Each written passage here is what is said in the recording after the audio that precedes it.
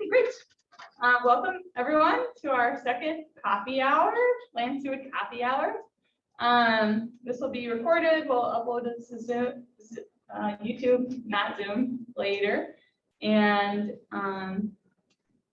Lars, do you want to give a little brief overview of why we did this again, just for the new people in the room? Yeah, so we have so many volunteers out in the parks, so many friends groups active, and it's just hard for us to maintain great contact with our volunteers, with giving them the information they need, helping them out. We do lots of site visits, lots of planning, but again, there's just so many folks and there's so much happening in the field, and a lot of what we do is very time sensitive based on the phenology of plants. So this is just an effort for us to get together, talk about what's happening in the field at the moment, talk about tips for managing invasives or collecting seeds, very honed in on what's going on right now in the field. And most of us are battling the same weeds at the same time, so why not get together and talk it over? So that's the general concept here, just to improve communication and all that. Fine. Interesting. Neil, you want to start us off? Sure. My name is Neil Weber. I live in Madison, and I work primarily at Primary Park in Monroe. And I'm Gary Sater, on the board, co-chair of Restoration Management for Friends of Pheasant Branch. Dan Kirkman, lead volunteer for Friends of Capitol Springs Park here in Madison. Yeah, Richard Mullen, primarily involved with Camrock Park. Tomorrow, mainly Cherokee Marsh and all its areas, but I'll work anywhere. And Claire, I know all of you. For the folks that are just coming online, and hopefully Rita, you can connect the audio. We're just giving a brief introduction and what park we work at primarily. So Glenn, you're first on my screen, so you can kick us off. Good morning. I mainly work at Lower Mud Lake, doing Sawyer work and hauling. But I do get around to some of the other parks and help out with fire and so forth.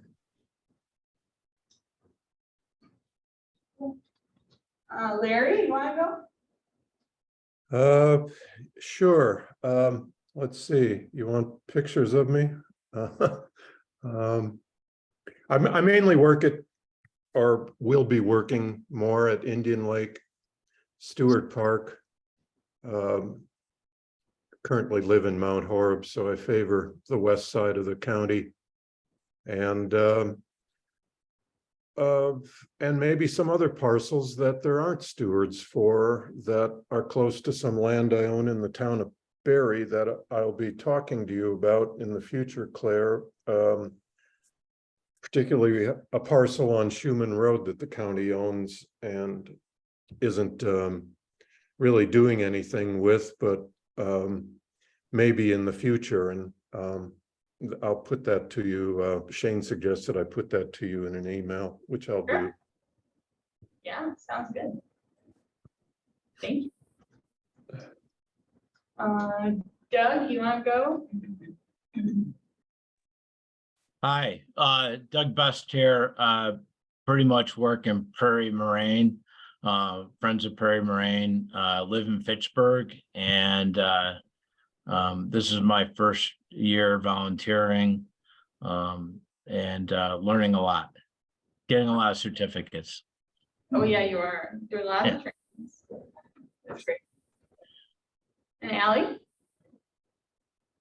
Hi, my name is Allie Orlanis. I just did my land stewardship training, so like Doug, I am also just trying to get some like groundwork done, and I live on the east side, so I like the east side parks, but don't really have like a location that I'm doing any work at yet. So I'm just happy to hear what's going to be discussed at coffee chats today. Thank you. And Rita? All right. So just to kick us off, we wanted to highlight Friends of Silverwood Park this week. Rita, who's joining us, is the main land steward at Friends of Silverwood and started out that effort down there. If you haven't been to Silverwood, check it out. Check out Silverwood. It's an amazing restoration. They started it maybe, I want to say 6 years ago, 5 or 6 years ago. Yosh and Meier are also part of the Three Musketeers down there at Silverwood that are out there every week doing amazing work, clearing out that woods. It's about 57 acres or so that they've tackled so far, and it is nearly eradicated of all invasive brush, even the seed. Unbelievable. So, oh. Hey, Rita, do you want to introduce yourself quick? Hi, I'm in an office here in the waiting room trying to, and I had the hardest time getting on my phone, and then the receptionist finally got me in. So here I am. All right, welcome, Rita. Okay, happy to be getting this award. It was so cool. Your award. All right, if you can put yours on mute if you have that. Okay. Okay. And then if you haven't had a chance to check it out, it's quite amazing. We've done regular controlled burns late in the spring every spring to combat the weeds. Claire, if you could advance that slide. You're quicker. Doesn't seem to. Oh, put it in my, there you go. Okay, and so here are the Three Musketeers, and that's a very open woods with a lot of sunlight coming through. We've done a lot to remove native trees as well that aren't appropriate for oak woodland, oak savanna, southern dry mesic forest. We've done a lot of seeding, so our seed program has collected quite a number of species of woodland and savanna plants to go back in there. And Rita, Yosh, and Mike, working with Fresh Start and our staff, have done amazing work to reintroduce a pretty nice diverse ground layer of vegetation that's still in its earlier stages, but coming in nicely. Like I said, very weed free, brush free, regular controlled burns in the spring to combat the garlic mustard especially. At one point, there was quite a bit of garlic mustard out there, but if you time your burns later into the spring when that garlic mustard has emerged, the first year plants are very vulnerable. So there's Shane with the UTV fire rig, probably wetting down a snag or something, and you can see the leaf out on the trees already. I'm just gonna have you control it. Yeah, that's fine. That's so it's quite late in the spring to be burning. I think that was probably well into May, and that garlic mustard is very, very vulnerable at that stage, the first year plants especially. So I think we've probably burned it 3-4 times late in the year, and then along with Rita, Mike, and Yosh following up to hand pull and to treat the remaining garlic mustard that did not get burned. It has been just a remarkable success. Another kind of interesting facet to this project is the recent logging work that we did in there to take out undesirable trees that aren't compatible with our oak woodland or savanna communities. This is a lineup of nice walnut trees that are very valuable, worth a pretty penny, and are much better used at selling for saw logs than they are for firewood. Much more valuable as saw logs. So we had a logger come in, take out 30 or so trees, and we got a revenue of something like $10,000 for those trees. That's going to be used to support seasonal staff and some of our project positions like Tom Klein, to kind of put that back into the restoration of that park and the greater park system. And Rita, real quick, is just holding up a photo, which we can't see super well, but it's a really good photo of kind of how clear that savanna looks right now. Had all those trees been planted there, the walnuts? No, those are just volunteer trees. Oh, wow. This woods was previously grazed. It was just like a farm woodlot. So after the cows were removed, the undesirable trees sort of made their way in. Typical classic story here in southern Wisconsin, lack of wildfire to come through and sweep those out. And sprung up with cherry, elm, ash, box elder, black walnut, and thankfully black walnut is worth something. And there's Rita with her award. There's an awesome award. Yeah, they're at the dentist office. We love it, Rita. So good. So big shout out to the Friends of Silverwood. If you haven't been down there, check it out. It's a beautiful park. Thanks to Rita, Yosh, Mike, OFS staff. Big collaborative effort. Kind of a little known park in the southeast corner of the county by Edgerton-ish. Just wanted to mention how the award is made from ash. You can tell them about that. Yes, so the award is the Invader Crusader Award, which is a statewide award by the Wisconsin Invasive Species Council. And they were nominated and received this statewide award for the group, volunteer group category.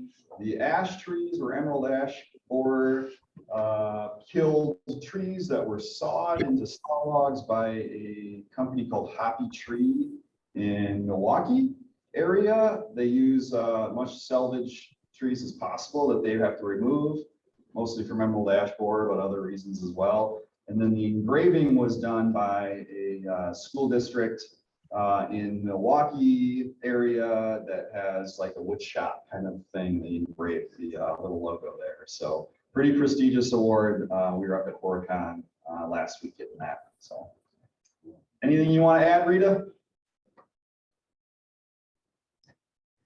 Oh, you're muted. Nope, I'm good for now. Turn my Zoom All right. or mute off. Cool.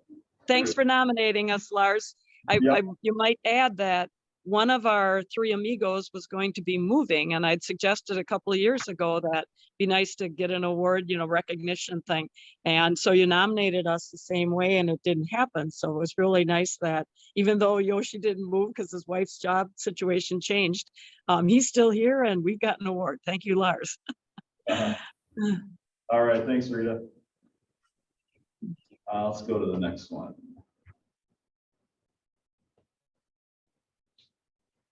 All right, welcome, Howard.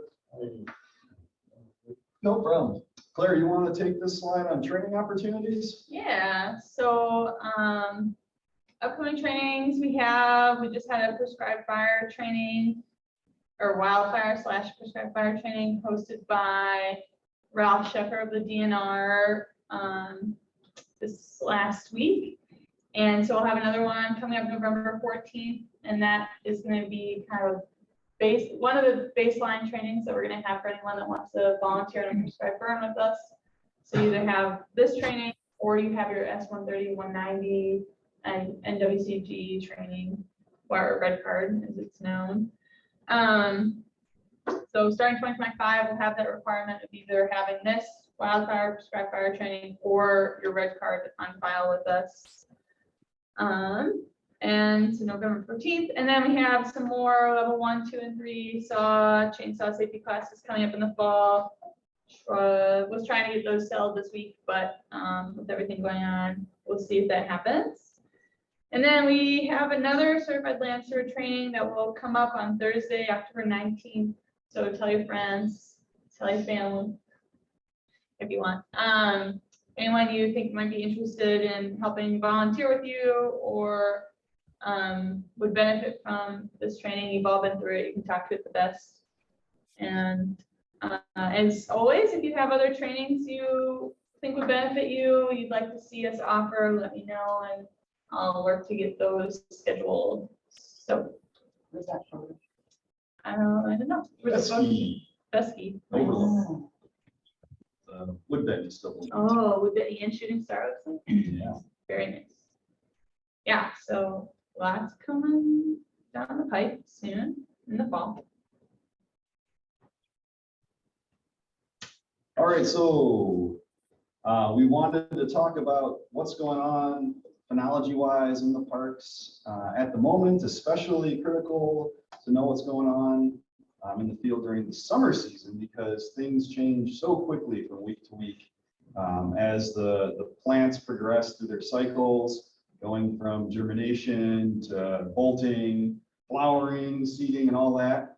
And our management work is really contingent on the stage of a lot of these weeds or the plants that we want to collect seeds off of. We can't just go out any time of the year and mow garlic mustard can be effective, or treat crown vetch can be especially effective. We've got to, we're at the mercy of the seasons and the phenology of the plants. So right now we are shifting right into weed season, and there's a lot to talk about and a lot that changes from week to week. Why don't you advance the slide one more time here, Claire? That's Dorn Creek, Howard, unfortunately. I mentioned this last time around, but Wisconsin First Detectors Network is a great resource for all sorts of stuff. Identifying invasive species, learning about management techniques, but they also have this really nifty invasive species calendar that helps us kind of keep track of the stages of the invasive species, and you can filter your list to narrow it down to certain species that you're interested in, and that will help you to know, is the species dormant right now? Is it green and growing? Is it flowering? So on and so forth. And with this table view, you can really organize all the weeds that you're interested in and keep track of exactly when species are at a certain stage. So just something maybe you can spend your time looking at on your free time. Wisconsin First Detector Network is the website. Just Google that. And then they've got all sorts of really great resources. And I'm just happening to put on this invasive species calendar as one thing that you might be interested in that you might not know about. But they've got all sorts of great stuff there. You want to go next one?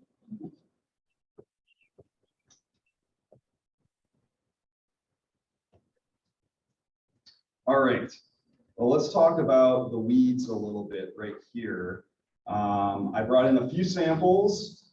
I did not find a garlic mustard sample in the woods, and I could not find one to save my life. For whenever you want to find one, you can't. But it's always there when you don't want it. But I've got some samples of some other species we can look at. This first slide is garlic mustard, and timing for this weed is critical. Just like so many other weeds, the timing of the plant determines what our management approach is going to be. Last time we met, I showed you this garlic mustard on the left. That's the stage of growth that we had it on back in May 23rd. You can see that these pods here, called saliques in the mustard family, are pretty thin and kind of like angel hair pasta. No real texture, no bulging of the seed detected. They're very scrawny, little tiny, thin noodle-like pods, saliques. Now, here we are a few weeks later. This picture was taken June 8th. And if you look closely, and I know it's not great resolution on this projector, you can actually pick out individual seeds in that pod, and you can see them bulging a little bit. I wanted to bring in a sample, but I could not find one out there. You can see it's pretty much done flowering, but the pods are much more filled out. You can see the shape of the seed inside of those pods, and that's important. When we get to the stage on the right in June, we can no longer pull the garlic mustard and let it lay in the woods. We can no longer spray the garlic mustard and expect that herbicide to metabolize fast enough through the plant to kill those seeds. We are now at the stage of growth of this garlic mustard plant where you either have to bag them and take them off site, or in a desperation attempt to limit the amount of seed produced on site, mowing it down quickly will affect that plant a lot faster then spraying it and letting that spray circulate through the tissue of the plant. Now, if you mow it at this stage, you may still be dropping good viable seeds on site, but like I said, desperation attempt to try to limit the number of viable seeds out there. You could also rake it up if you so choose, but that's a lot of work. All the more reason though, to sort of plan ahead if you are battling garlic mustard, to plan ahead and really target this stage when you don't have to bag up the plant to remove it from site, where you can simply mow it, spray it, hand pull it and let it lay on a log, and know for sure that you're not going to be leaving behind a whole lot of viable seeds. So just the change in a few weeks makes all the difference here. A couple of weeks further in advance, we're going to get into late June, early July, and mustard is going to start to be drying down. The leaves are going to be senescing, and all of those seeds inside of those pods are going to be fully formed. They're going to start cracking open, and then you'll get the seeds raining out right around early July. That's when you want I've seen some of that already. What's that? I've seen some of that. Have you already. really? Yeah. This drought might have Yeah. compressed the time frame here. So, Yeah. yes. Any quick questions on here? I just want to say that when it gets to that June 8th stage, it's kind of like beans or peas in their pod when you don't want to really eat them anymore. Yes. You know, because you can see them bulging out. That's a good way to put it. They're kind of tough. Yeah. Yeah. The other thing you can do when you want to tell about seed ripeness is take an individual seed out of one of those pods and crush it up in your palm. If it's watery or milky, that's probably not a viable seed. If you crush it up in your palm and it's more resistant to your crushing, if it's doughy, kind of firm, not watery, not milky, that's probably getting to be a viable seed. And we use that technique not just for weeds, but also for our native prairie plants in the fall when we're doing a lot of collections, crushing it up. Other questions on garlic mustard? We're kind of getting to the tail end of our management. We have to sort of bag it at this point if we want to really make sure not to produce seeds on site. You said if it's milky or watery, it's not Not good. Not good. viable. Not viable. Oh, yeah, right. Thank you. Yep. All right, let's go to the next one. So here's Dane's rocket. This image quality isn't quite as good as I was hoping. Maybe online you guys can see it better, but Dane's rocket in its phenology is a little bit behind garlic mustard. So this is sort of the stage we were at with garlic mustard in May, the third week of May. It's still flowering a little bit on the top here, and these pods or saliques, because it's also a mustard, have not filled out. They're in that noodle form, that the angel hair pasta form without any seeds visible inside. And Claire has an example, if you want to pass that around, of the Dane's rocket in that form. So we have more options with Dane's rocket still. We can mow it off. We can pull it and let it lay on site. We can spray it. Populations may vary based on where in the county they are, what slope, if they're dry or moist. But in general, we still have some time with Dane's rocket that we don't have with garlic mustard. One caveat with Dane's rocket is it's a perennial sometimes. It's not always a biennial. So if you mow it off, and even if you keep that seed from being produced, you still may have living roots that make it through to the next year. Just one caveat on Dane's rocket. Again, it's got 4 petals up here, makes it not a phlox, it's a mustard, related to garlic mustard. But has the really showy purple flowers, and then people seem to love it because it's so showy, unfortunately. What else about Dane's rocket? Both of these weeds, garlic mustard, Dane's rocket, have seeds that are viable in the soil for several years. We're talking 5 to 10 years. So if you want to battle any of these species, it's going to take a longer term integrated approach to managing these species, meaning that just going out every year and pulling it for eternity or spraying it for eternity won't get you as far as going out there, pulling it, burning the site, treating it, mowing it, throwing seeds back into the site to help compete against it. That's the solution for these really stubborn weeds, is a long-term integrated approach that slowly reduces the population while at the same time building back up the native flora around it. Questions on that? Rita asked, how do you convince people that this pretty plant is not good? What's the worst thing to say about why it needs to be gone?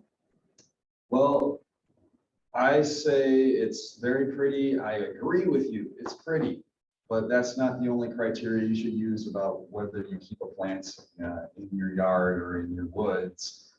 If you want to go somewhere, check out Steward Park and you can see how bad Dane's Rocket can get. It can certainly get even worse than garlic mustard, where it's simply a sea of purple, white, and pink.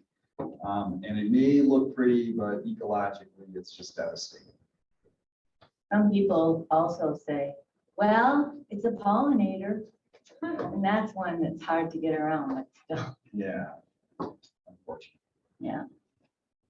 Anything else before we move on? And we can circle back at the end, talk Q&A, Dane's Rocket or anything. Okay, here's the one. We are approaching prime time for wild parsnip. Does anyone here not know wild parsnip? Most people do. It's gotten a lot of publicity. It's got the phototoxic sap that reacts with your skin, gives you blisters. If you simply graze the leaf, touch the leaf, you won't get the sap on you and it won't give you blisters. It's when you break the stem and you get it on you. Also, if you touch it and get the sap on your glove or your shirt, it doesn't really transfer from that clothing onto your skin. So while we have to be careful about this species, don't be too Hitler. Don't be so worried that you don't manage it. It's very something that you can certainly defeat, and I would call it easier than garlic mustard and Dane's Rocket to eradicate from your site. It has seeds that are not nearly as long-lived in the soil. That's typical for members of this carrot family. They don't have seeds that last 5, 10, 20, 30 years in the soil. They will eventually rot in that 0 to 5 year time frame. So if you can keep that seed from being produced on all the plants on your site every year for 4 or 5 years, one way or another, then you can essentially eradicate that population from your site very effectively. And we've seen that throughout the park system. Other people have experienced the same thing. This is our 4th or 5th year mowing a lot of big wide open fields in the county parks, and we're seeing a dramatic decline in this species. Couple of things though, you have to time your applications, your mowing, your pulling correctly in order to manage it successfully, and you have to do it every year religiously. If you decide it's time to go for a vacation in the middle of June, fine, but make sure you get someone to deal with your parsnip, because if you lose 1 year, you're just going to start over. You're starting over because all those seeds are just going to reinfest the soil. So mowing is a very viable option for parsnip.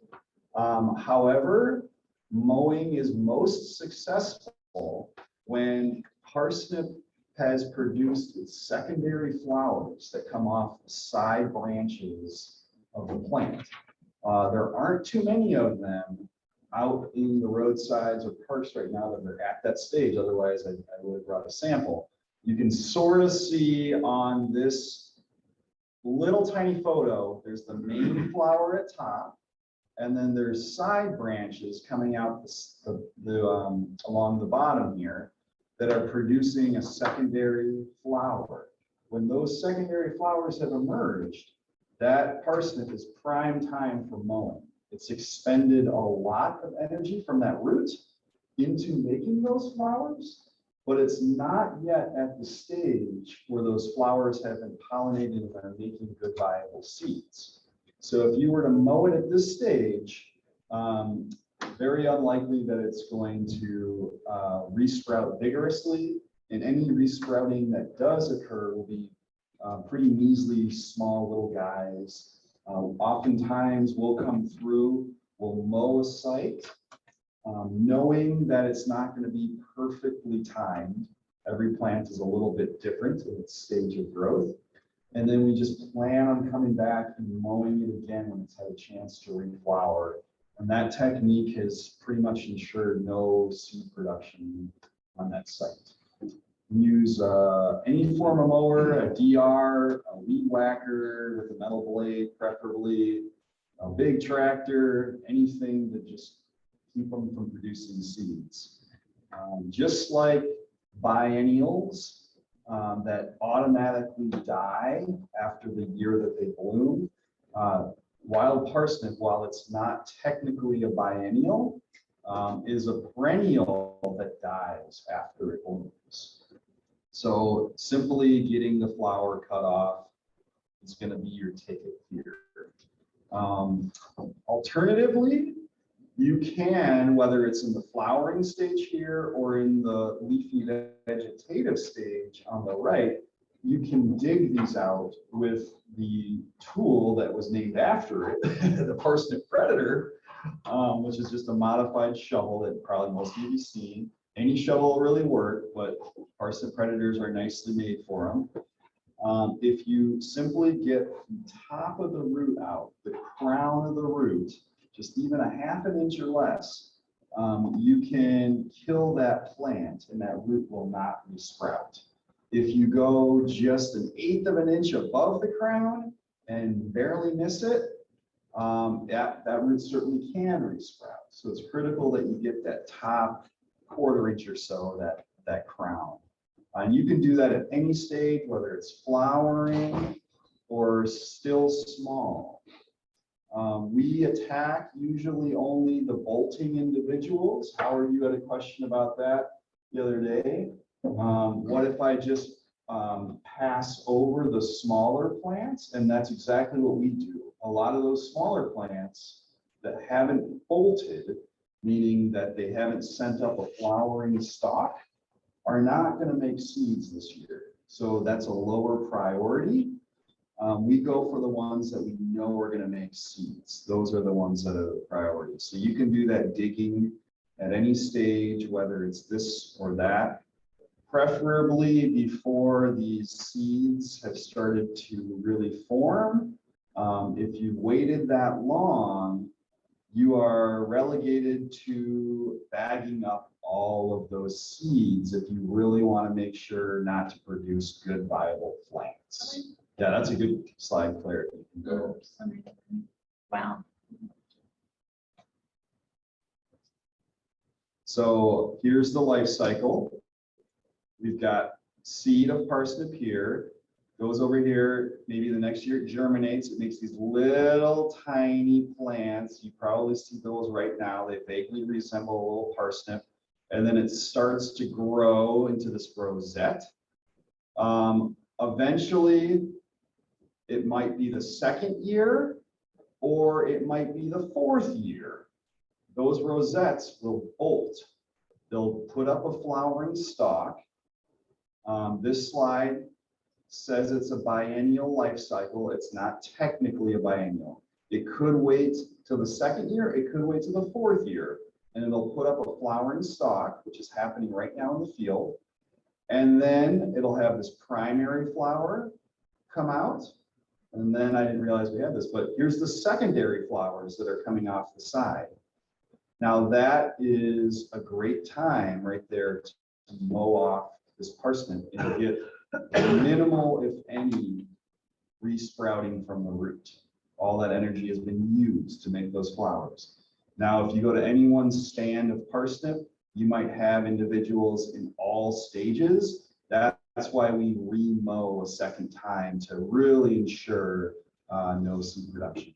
Here we have seeds maturing on those flower sites, and they form almost like little wafers or coins that will drop off of those stems sometime in late July. So if you wait till this stage, you can certainly do some good, but again, you're relegated to much harder labor of bagging it all up and taking off site. We like to try to work smarter, not harder, whenever possible. Information is power. So if you can plan ahead and look at the stage of growth, and you have more options on which to work with the parsnip. Just for clarifying for maybe some folks that don't know so much yet, when we say dig out, we're not advocating that you take a shovel and dig a big hole. We don't want you to disturb the soil because that can cause more weed germination. When we say dig out with the parsnip predator, you're really just cutting the root of this plant with this very specific tool, and you're causing 0 to minimal soil disturbance. You know, some people really confuse the shovel with the parsnip predator and think you can do the same activity with both of them. But when you see a parsnip predator, and we should put a picture on this for next time. You see a parsnip predator, it's very different. And so we always go over that when we have these weed restoration work days that we are currently having right now. So if you want to learn how to better use the parsnip predator, you can just come to one of those work days, or we can point you at who is having a weekend work day and kind of point you in the right direction on that front. Also, Golden Alexander is a native flower and is blooming right now. And it looks very similar to the flower of a wild parsnip, but the leaves are very different. So look up Golden Alexander if you're worried that maybe you're looking at a native instead of this wild parsnip. You can always send us photos, text or email, and we can help you ID stuff. Mm-hmm. Any questions on parsnip? Allie asked if there are parsnip predators at the Libby Road shed, and there is one. We need to put an order in, but once we get some more in, there will be some there. We do have some at Robertson Road that we use for our work days, and maybe we have an extra there too. So Allie, if you want one, shoot me an email. I can figure out how to get one to you. Howard. Yeah, so I had the OFS crew out at Dorn Creek last week. And it did, we worked on a large area. And my intention was to start going back by myself and looking for the flowering plants that we might have missed. Mm-hmm. And so if I come across a plant like that has the flowers on the lower left, I can just cut that off and throw it on the ground. I don't have to worry about the rest of the plant. Yeah, so if you have the flowers coming off the side like that, that's a great time to mow it. And the same can be done with just stabbing it with a parsnip predator real low, and you don't have to dig out the root. Right. If I'm standing there with a parsnip predator, I usually will get the crown out. I don't usually just stab it off like that because I want to make 100% sure. Right.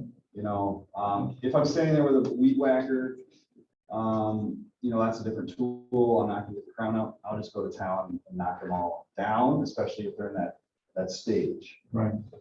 So do a little bit of trying that out. You can just kind of stab at the base and see if they come back. If they have those secondary flowers, much less likely that they will. Right. But once the seed starts forming, you want to get those off site. Then that is like collecting seeds in the fall. You just clip it off and put it in a bag. You don't have to bag the whole plant. Yep, correct. And that is actually, unfortunate to wait that long, but it's not that hard to bag up a few tops, and put it in, and then that plant is gonna wither away and die because it flowered, and it's not a perennial in the same respect as a lot of other weeds or natives are. It dies after it flowers. So you bagged up those seeds, that plant is donezo. Mhm. Does it make any sense to do it then? Because then the mature plants are. And you're not gonna be following up with the ones that got bigger when they weren't there. Right, does it make any sense to wait and just do it when this one flower, which is scary. So wait to mow it? Well, wait until the plant is mature and does have seeds.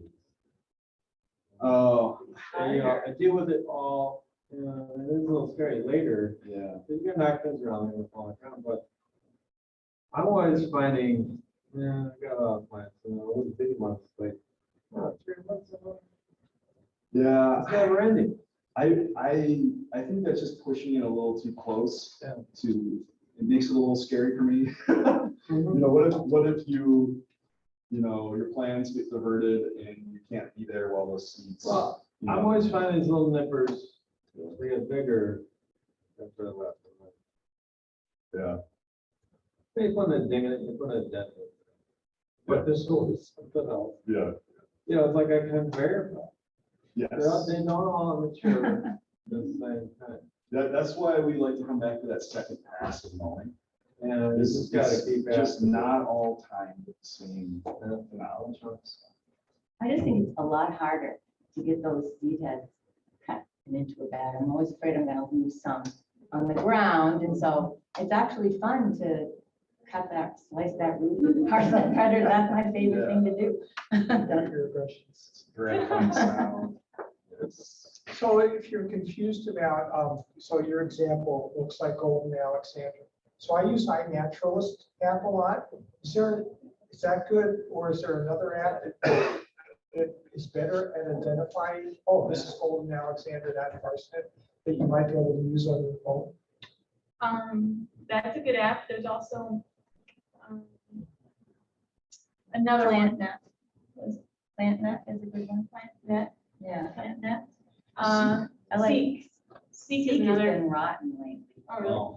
Yeah, it's been really saying, we think this plant is a dicot. And that's all they say. They say it so many times. But if you look in a flower book and just study the leaves or find a Golden Alexander's or a parsnip, it's really easy to tell them apart. Okay. Because, yeah, just study them for a minute and you'll I do have figure to it look it out. up. Your phone's so convenient now. It is. Yeah, Versus the I versus agree. the phone, but yeah, Yeah. that's a good idea. Thank you. And I think like you can play around. Lots of people prefer different apps, right? And some work better with their phones. So like playing around with them is fun, and you always at least like have a second guess yourself. Just maybe okay. Thanks. Those apps do collect quite a bit of information when you send them a picture. Mm. They've got the geolocation, the time, and it's all in their database. So you think you're just sending them a picture of a plant and hey, you get this back, but it's not like 23andMe, but you're sending them a lot of information that you don't have any control over. So Yeah, we don't advocate that you use an app, but Yeah. it's, Turn off your location. No, I think mine is on. I think it's beneficial. They're getting a lot of metadata. You know. That is- Well, it's information like he was talking about, date, time of day, what kind of condition the plant was in. So there's just a lot of information that can become useful because iNaturalist data is used by researchers. And because you'll see that if you get enough confirmation by other individuals saying, yes, this is the organism you think it is, then it becomes research grade or quality data that researchers can use. Or whatever. Anyone online have a question? at all? No, that was Good. It's really nice gardens with labels out around this building. Yeah. And you know, it isn't far out on Woodland going out there. And, you know, you just wander around out there and they are labeled with little bitty signs. Oh. You get a good look at that leaf and then you'll know. I mean, it's different than Parsnip, but you know, it's a nice little teaching tool. It's a little late, but I was wandering around out there. It's all really nice and late. Cool. Well, let's talk about upcoming weeds. White sweet clover. Is anyone tangled with white sweet clover? No. This is one that flies under the radar, in my opinion. It is a biennial clover. It's got 3 little leaves right there, serrated edges on those leaves. It has a cousin species that's yellow sweet clover. Looks very similar, same flower, except it's yellow and it's blooming sort of right now. We tend to manage the white sweet clover more because it gets to be so much taller and denser. The yellow sweet clover, we get it when we see it, but less of a priority because it's a shorter, less competitive plant, in my opinion. It is a biennial. Both of the sweet clovers are biennials, so it completes its life cycle in 2 years. And that last year makes seeds, and that's how that new generation is formed. So again, just like the parsnip, if you can prevent it from making seeds, you can go a long way to eradicating it from your site. One problem with white sweet clover compared to parsnip, being that it's a legume clover, its seed coat is very hard and it can last in the soil for a long, long time. I've heard decades, I don't know if that's true or not, but legumes are very long lived in the soil. So this is one that you want to get out. You don't want it to persist on your site. You don't want it to go to seed. And it can tend to fool you a bit because of that long lived seed. It may not germinate for a number of years. So you can be tricked into thinking, oh, this site is clean as sweet clover. I haven't seen it out here for 4 or 5 years. And then all of a sudden you get a real bad year. And it can be all over the place. Usually it's sparked by disturbance or even burning can really encourage it to germinate 1 year. Legumes are often stimulated by burning. And the first year, it'll just be a small little non-flowering plant, might get, a foot tall or something, and there could be nice carpets of it integrated into your prairie. If you have a finely tuned eye, you can pick them out when they're not flowering. And then the next year, oh boy, I better come here and tend to this. Or you might not see them until the next year when they truly are bolting and starting to bloom like that. We've got spikes of little pea flowers. They're only about yay tall, yay long. And they'll start blooming from the bottom and then work their way up to the top, further and further up that spike there. Once they start blooming all the way at the top of this spike here, these bottom flowers are starting to make seeds. So they'll turn into little green peas or beans. And at first they are watery, so not good. And eventually they'll become sort of harder or doughy and resistant to crushing. That's when you know that you're starting to get good viable seeds forming. So you can go out on the site and you can check the status of the seeds by rubbing them in your hands. Typically when the top of this spike is in full bloom and the bottom of this spike is starting to form seeds, that's a good time to mowing them off at that stage. If you wait till the the flower spike is almost done moving entirely, some of these seeds at the bottom, they start to be good. So you got to be very watchful of the stage. You can just say to yourself, I can't really tell what's going on. When that's happening, better off to mow it too early than to mow it off too late. If you mow it off too early, it may reflower, kind of resprout and reflower, but then you got the option to mow it again. If you mow it off too late, you think you killed it, but lo and behold, you let a lot of seeds drop and they're laying in the soil to germinate in 10 years from now. It is also treated very well by parsnip predators, not just used for the parsnip, also can be used for the sweet clover. As long as you get that crown of that root out, you can very effectively kill this plant. In fact, the parsnip predator can be used for any tap-rooted plant, so burdock, curly dock.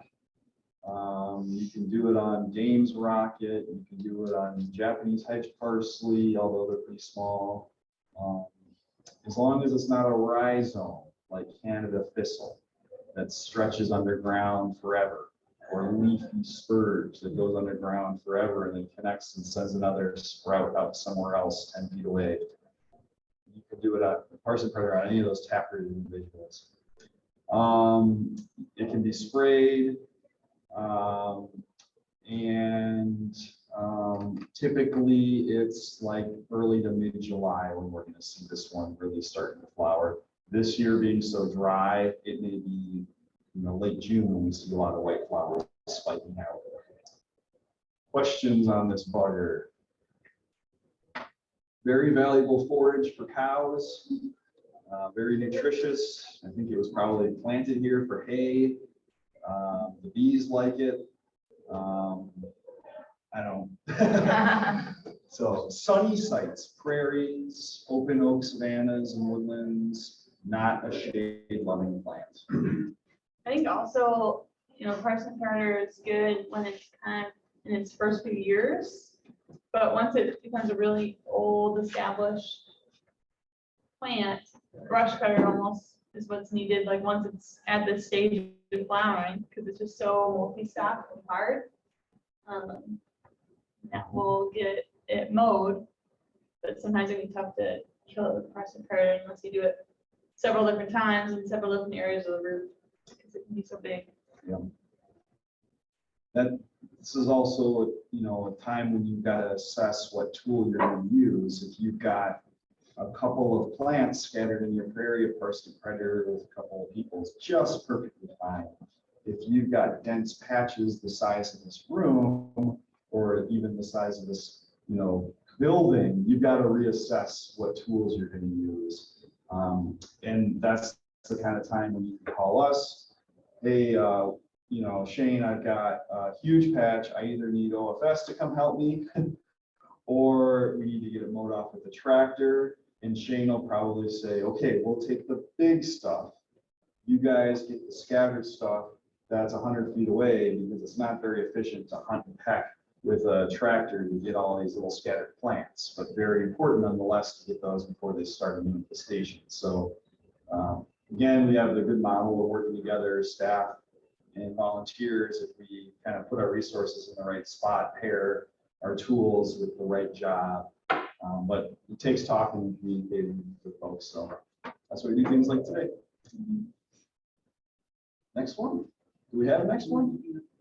Oh, okay, seed collection. This is a fun one, not a scary weed that's going to overtake us all. We've got a few species that are ripe or coming up to be ripe. First, we'll talk about wild geranium. This is a real fun one. I love this species. Nice pink flowers in the springtime.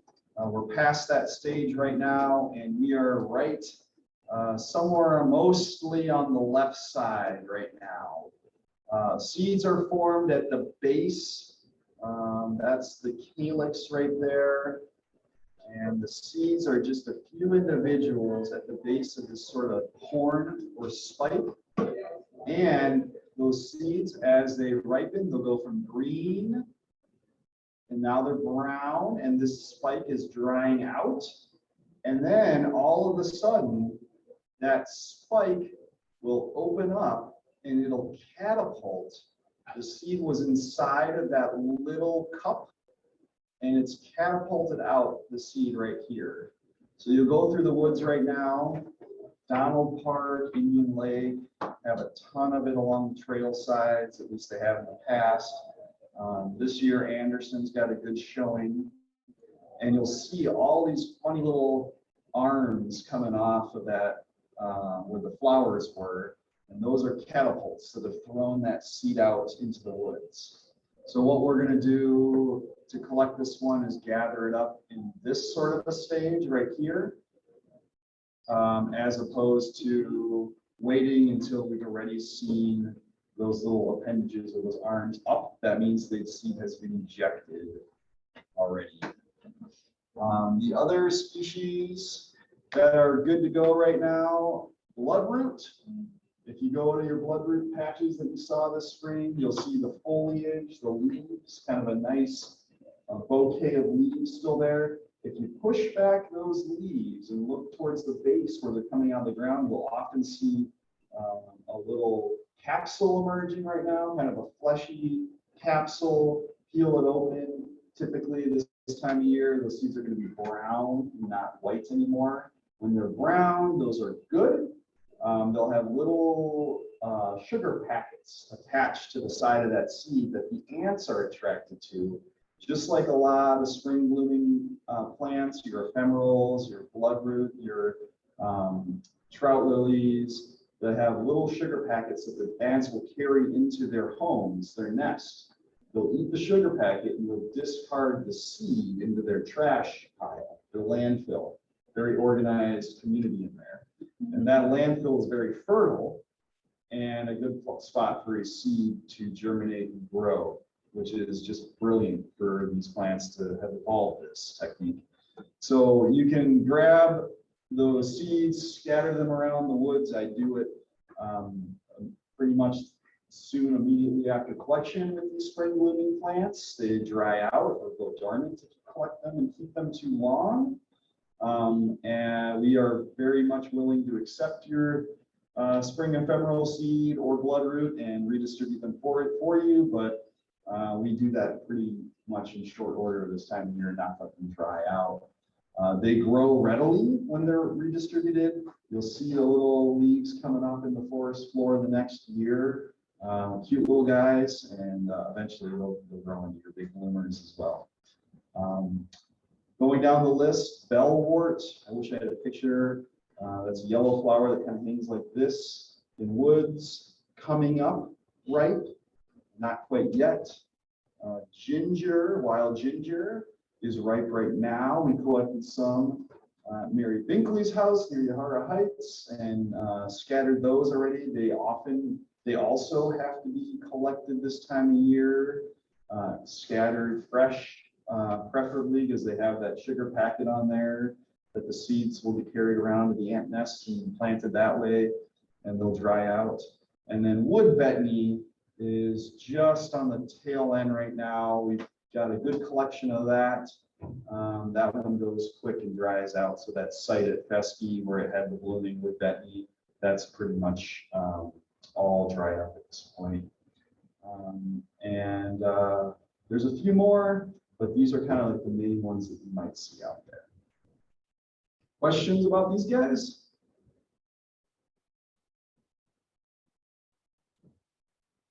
All right. We're after 10 o'clock already. If there's anything that we touched on that you want to reiterate or talk about more in depth, any unrelated questions pertaining to natural areas, we can talk about those. If anyone has had their fill and they want to leave or sign off, that's fine too. But this is sort of like the open question time of the morning, and we can go over whatever you have, Richard. Of course, I was mentioning when we came in, Dame's Rocket, I have not seen it on this one site where I'm working. It's the beer cellar at Camrock. There's side of the hill goes around like this. It's probably 20 feet across, and 50 feet long, pretty high hill, both sides all the way around. I've not seen Dame's Rocket there at all in the 3 years that I've had disturbed soil exposed. And this year it is absolutely full. It just popped up. I didn't see it coming. Yeah. And of course, yeah, it's pretty. It smells nice. I got other things to do right now, but starting this fall, I got to do something about this. Can you recommend, and I talked to you about this, but maybe others can benefit from your suggestion on that, because there's no way you're going to get in there with a parsnip predator. I mean, it's this steep and there's hundreds and hundreds and hundreds. Okay, yep, so is it, and they're flowering right now, or? Well, it was. They're like kind of in that stage probably where they're almost done flowering. It's like that. So, yeah, we've had a few sites. Fesky is one that's like this. It's slopey as all heck, and it has big patches of Dame's Rocket all on there. What we've done with those sites, usually earlier in the year, we're getting a little late, is we treated it with an herbicide that only kills broadleaf weeds. So you're being more selective. We try not to kill natives when we don't have to. We use a combination of Garlon and Escort typically to treat Dame's Rocket because it's pretty tough. So 2 herbicides together, and those only kill broadleaf plants. They don't kill sedges and grasses. So a combination of spraying with overseeding grasses and sedges, which we can provide to your sites that you're working on. You can also, this time of year, this late, mow off your Dame's Rocket with probably minimal, if any, threat of viable seeds being dropped on the soil. We're still in that thin angel hair pasta noodle form of those pods. Once we get the seeds really bulging in there, we are in the territory of the seeds being viable.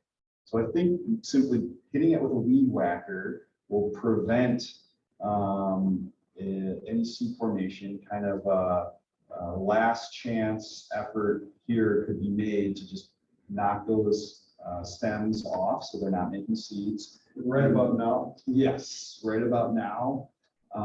And one caveat is, unlike a lot of the species we talked about, Dame's Rocket can be a perennial.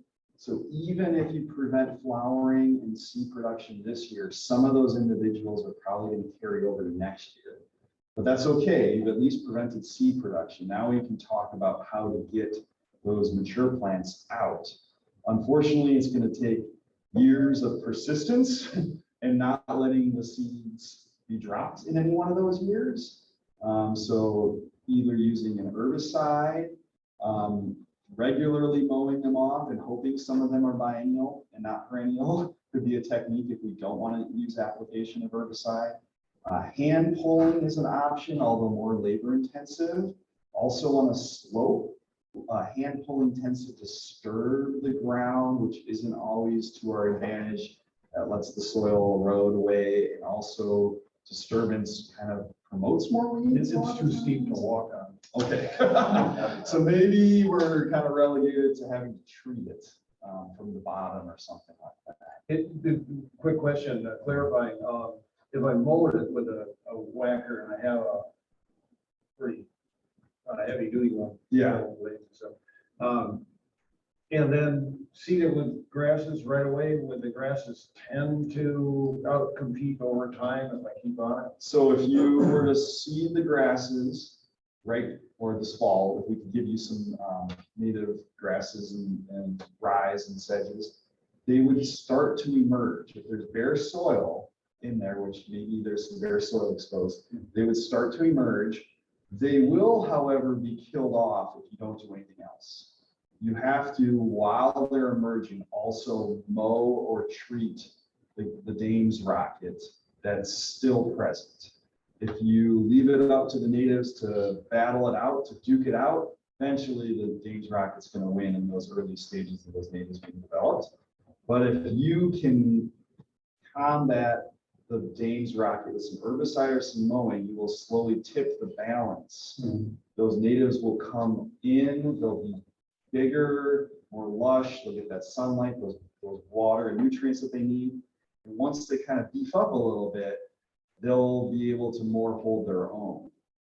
But it takes that combination of seeding to boost the natives and then management of herbicide mowing to suppress the Dame's rocket to really let those natives be established. And then you have to talk about long-term maintenance. Spraying when, now, or in the fall? You could probably do a fall application on the rosettes that are still alive. Yeah. And then in the spring, you'll probably get more growth. Well, that'll give me a long-term strategy, so I don't have to, I'm not putting out fires, so to say, Yeah. like, try to get ahead of it. If you want to meet out there, we can take a look at it. Yeah, too. okay. Yeah. You have given me hope. Yeah, if you go to Fescue, you'll see, we had patches the size of this room or bigger of solid pink. And now those are suppressed individual plants, and there's rye and grasses coming up where there was Dane's rocket. On top of that, we've been burning the site, which most of our weeds don't like fire, but most of our natives do. So you slowly start to tip the scales in favor of the natives over time. And plant some other natives, say this winter, to try to get ahead of it? Yeah, Wait a if year. spraying is going to be part of the formula, I would only plant the grasses. Okay. If you start putting in your black-eyed Susans and your bergamots, well, now you're going to spray out those spores that are also sensitive. So wait a year or so. Yeah, I'd like to Because there's wait. black-eyed Susan every bird, Okay. all over that woods. Yep. So, Yeah. okay, thank And you. we can do a site visit sometime. Yeah, good. Tomorrow. Do you have a question? I have a few bucks. Are you gonna talk about hedge parsley next time? I can start talking about it right now if you'd like. We got a Sure. sample right there. Maybe Howard, you could pass that around. The ferny looking thing there is hedge parsley. It kind of has a triangle of a leaf. Did you have a specific question about it? Or do you want me to just No, cover it? I've been pulling some here and there when I see it, but I know we're gonna do a concentrated effort. Mhm. at some point. Yep, so this is a newer invader to our area. I can't remember seeing it 15, 20 years ago, very many places, and now it's almost everywhere. It is also in this parsley carrot family. Its seeds are not tremendously long-lived, just like our other parsley carrot members, the wild parsnip, Queen Anne's lace, and so forth. So if you can keep it from producing seeds, you can really stay on top of this. However, the seeds themselves are like little Velcros. They're little tiny balls with Velcro all over them, and they get moved around by your dog or your pants. They get caught on mowers, and we often see them coming into the parks along the trail edges where the mowers or the people or the dogs, the deer maybe drop the seeds. And you'll just get 1, 2, 4, just a few of them along the edges. That's when we try to attack them when we see them first coming into our site. If you let them go for a long time, they will carpet the entire area, and it's them duking it out with the garlic mustard and the Dane's rocket. It's pretty nasty stuff. And tomorrow in our neighborhood, I have a lot of people that you see it in their gardens. Oh, really? Yeah, in their front yard I garden, haven't it's seen just a any. carpet of Japanese hedge parsley. Yeah. So first, it's a biennial again. First year, just a small rosette, kind of low-lying, almost carpet, ferny looking stuff. And then that second year, after it's built up energy reserves in its root, it's going to bolt. So sending up that flowering stalk, and it makes all sorts of little tiny Queen Anne's lace looking flowers. They're just smaller, and there's many more of them all over the plant. Another way to identify this plant is if you look at, this one's wilting, if you look at the stem, every time it sends up a leaf off of the stem, it tends to zigzag. So it'll cut one way, send up a leaf, cut the other way, send up a leaf, cut the other way, send up a leaf, sort of zigzags all up and down. It's not hairy. Queen Anne's lace has a similar looking foliage, but it's hairy. Hedge parsley sort of has a rough texture to it, not hairy and soft like Queen Anne's lace. While Queen Anne's lace is a non-native, kind of invasive, we don't tend to worry about it too much. It tends to fade out over time with competition, whereas hedge parsley does not. It persists. It's pretty annoying, and it's sort of like the persistent Queen Anne's lace of the forest. It likes shade more than it likes sun, although you do see it streaming out into prairies sometimes. How do you think he got here? I don't know. Maybe it was, so I don't really know. Probably just inadvertent transmission. Yeah. Lars, maybe mention that sometimes it can be confused with Sweet Sicily. And Yeah. that there's different ways to tell them apart. Yes, so it has a similar, and it's in the same family as Sweet Sicily.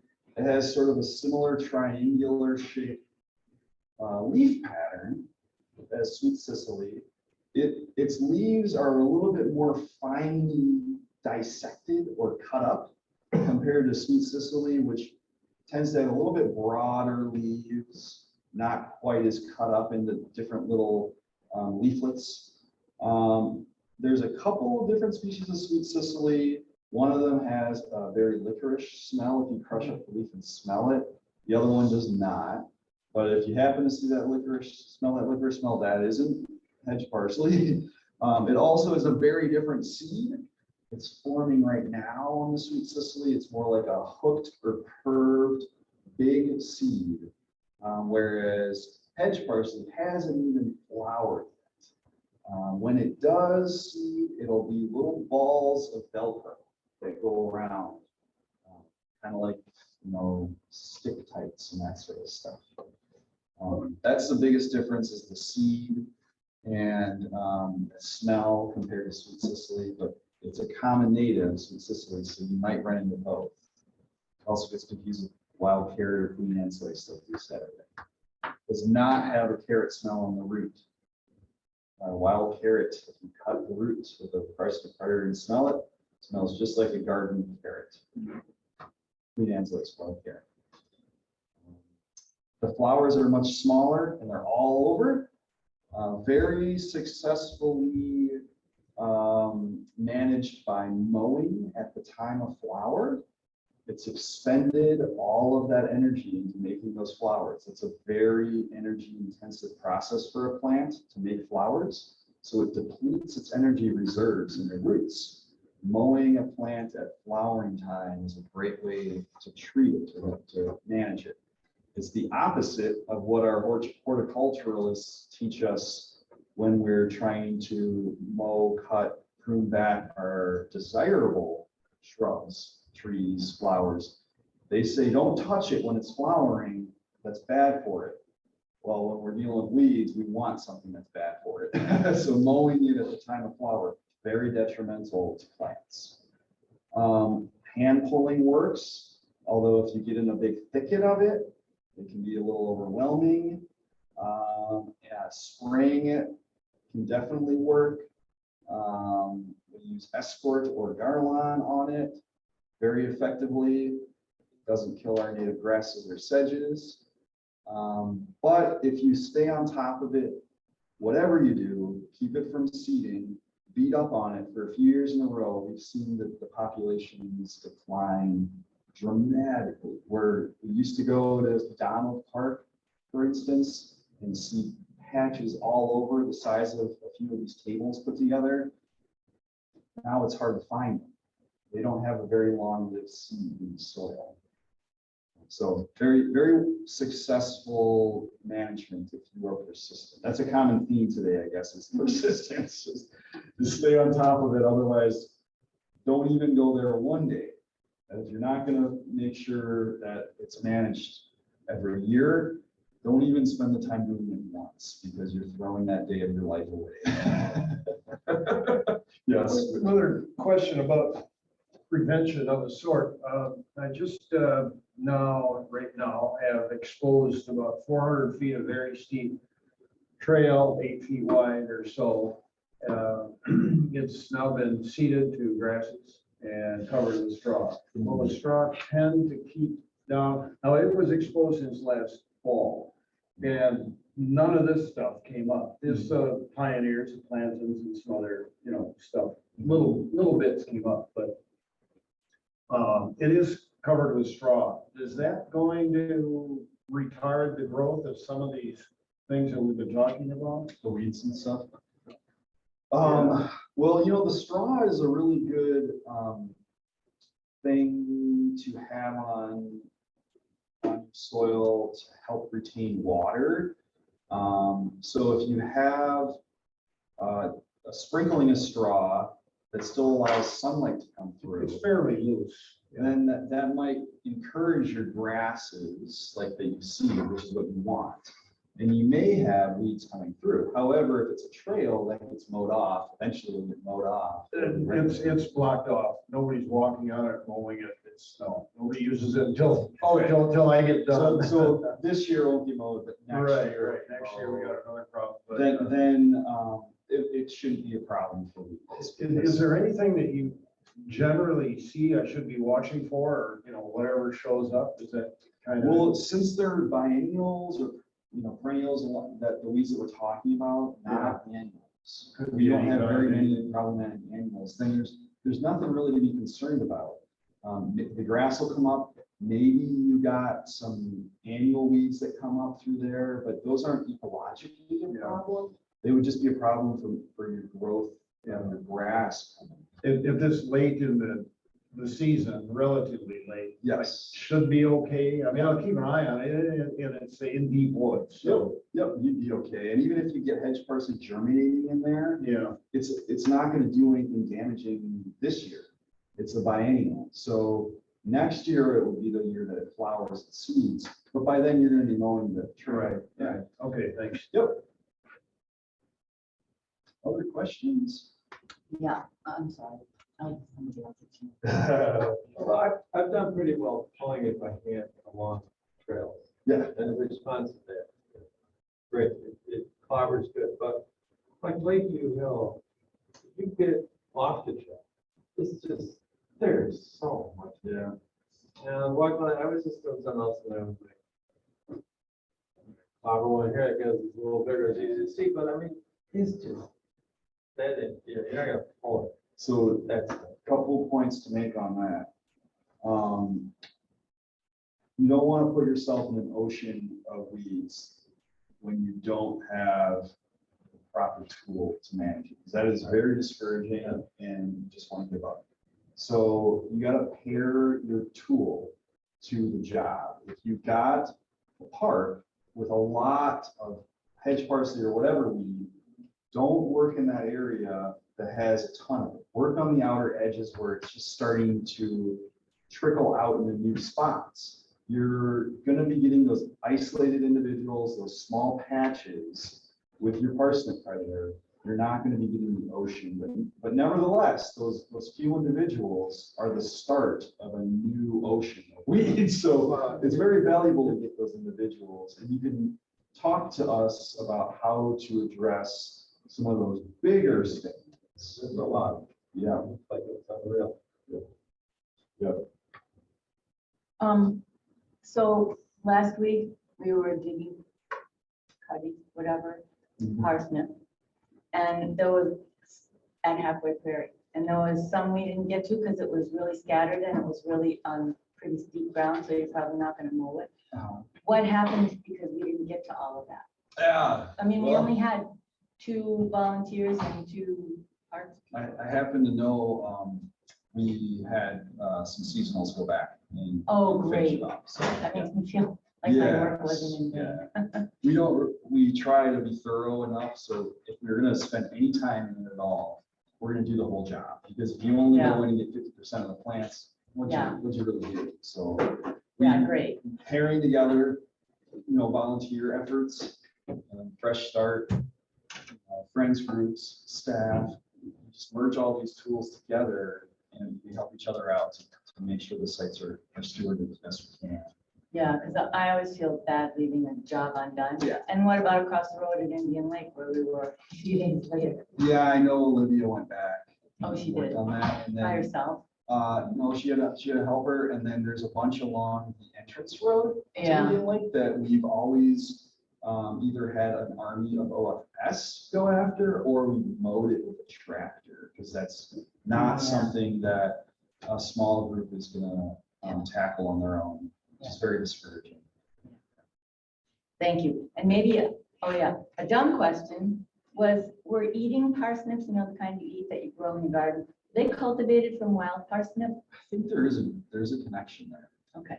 Oh, and- have you smelled the wild parsnip root? It smells Yeah, just like. Yeah, it regular does. parsnip. Yeah. Which is delicious. But I've grown parsnip and it doesn't, the leaves don't do what wild Yeah. parsnip leaves do. There's strangely some- enough. There's some relation there. I don't remember what the story is. Thanks. One last question. So we were in the woods the other day, not on county land, it was city land, but we found a few helleborine orchids. We couldn't pull them, which are invasive, right? We couldn't pull them out by the roots. We broke them all off. Is that going to do any good now because they hadn't flowered yet? Oh, they were just basil leaves? They'd sent up a stalk, but while we were out there and it was really difficult terrain, it was really difficult getting through all the buckthorn and crap that was in there. Yeah. So we just broke them off while I we don't were have a there. lot of experience with that species. I know it's kind of a bigger problem up in Door County for what. Oh, is it? Yeah. We were I've heard. wondering how it could have gotten. Yeah, but I have seen it around, never in a really bad infestation. But okay. anytime you pull or damage a plant in some way, you're doing some good. So whenever I accidentally break a plant off at the crown, didn't get the whole root out or whatever, it's, I just think, oh, hey, at least it's some good. Yeah, we didn't have any digging tools or predators with us or anything. We just did a survey. You've done something. Thank you. Thanks. I'm gonna jump in just quick, because we're almost at 10:30.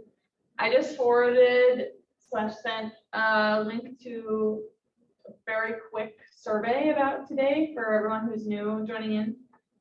If you can, you can do it on your phone really easily right now before you leave, or you can do it whenever you see it in your email. But just getting your feedback about today would be really helpful to see how we can, get better going forward on these things, make it more applicable to whatever you think is, you want to best, whatever you want to learn about, have us talk about. So please do that. It's really helpful for me and Lars and Shane. And if anyone on the Zoom has questions or wants to jump in, feel free. And it's a little intimidating sometimes to go from virtual to in-person question. Otherwise, we can stick around answering questions a little bit more. I will close this Zoom, the recording at least, in a minute here, unless anyone has a question. Also curious about the room. We talked, Claire and I and Shane, about like where to put this, and try this one this time compared to the Heritage Center. If you guys like one over the other one. Yeah. I have one. There's a plant that I see quite a bit out at Wabisa that looks like rhubarb. Big old leaves like that, and it seems pretty capable of taking over because of those leaves. I mean, it just, no light is getting to the ground under those. Is that, I'm guessing it's an invasive or not a desirable thing. It's not rhubarb. No, I don't think that's burdock. Okay. So that makes the big Velcro seeds that get really caught up in your fleece and that kind of stuff. Okay, all right. And it is, I think it's in the same category as parsnip, where it could live many years, but then the last year it flowers, it always dies. Okay. I don't think it's actually a biennial. I think it's the parsnip perennial, where it lives many years and then it dies after it flowers. So that one, it's not what I would call the highest level of threat as far as invasives go. It's annoying and locally in some areas can really be obnoxious, especially in disturbed ground, newly opened ground that's been brushed out, farm edges. So you can treat it with Milestone, works very, very well on killing burdock. However, I don't typically mix up a big batch of Milestone and go out killing burdock because it's just not a big priority weed. So we will often just spade it out with the Parsnip predator. Okay. Just get the root, even though they're huge plants.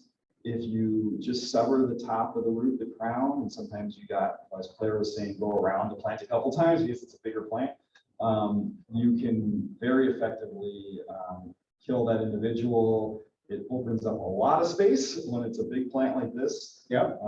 Throw it over, and then you might probably see a lot of little ones all around it. Now, those probably won't be bolting and flowering this year. So if you don't have the time to spend on those little ones, just like parsnip, skip over it, go do something else, come back next year. Okay. And work on those little ones. Cool, thanks. Very gratifying to kill those. Yeah, it clobbers really good. Yeah. Cut it. Yeah. Nice sound, crisp. Doug, did you have a question? I saw you unmuted. Hi, I was just curious, I think maybe you had this in the spring where you would go out to the park and do a walk and identify some of the invasives and along with what else is growing. Do you have any plans of? Oh, are we gonna plan on doing that? Yeah, Yeah, we've talked about that. We've done them in the past. We haven't scheduled any this year. We sort of thought maybe you all can respond in your surveys. We thought maybe alternating between a coffee hour and a field trip to do some plant ID might be a good idea. Otherwise, I don't know, just curious of your thoughts of how valuable. I'm glad you brought that up, Doug, because we've been talking about it. So if any of you guys have opinions, you know, we were wondering, do we do this activity today, like every 2 weeks? Do we go every month, once a month, and then alternate it with a plant ID walk? What would be most helpful for all of you? I'll just put the question back onto the group. right. My guess is everyone's at different, like I'm learning a lot, so this is very helpful for me. And then there's other more seasoned people, you know, so you probably have a wide range of experiences and knowledge within the group. Yeah, we had a few last year, those weeds and wildflowers walks, but we just had very little attendance, so we just decided to not schedule them this year. Right. But yeah, definitely have a lot more maybe newer land stewards coming on board, so it's why we were talking about it for this year. I think I said this before, but these little gardens all around this building are really nice, and they're all planted and they're labeled carefully what they are. So I mean, as far as meeting here, it could be kind of a part of That's cool. the learning. You know, it's like a book, you know. That's Yeah. really nice that there was kind of just wandering around up there. Speaking for myself, I would prefer this over, you know, a prairie walk or something like that. You know, if I'm out working or just walking in a prairie, you know, for the pleasure of it, and I see something that I don't know, then I use iNaturalist, and, you know, I can ID it, and I can do all that on my own. I don't need somebody, but I find it helpful to be here talking about the problem plants that we need to deal with, and hearing other people's questions. Good.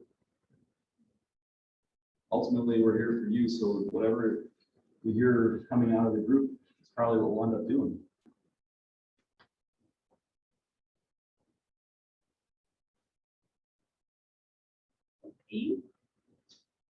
Well, I want to not mar this computer anymore, so I might shut it down.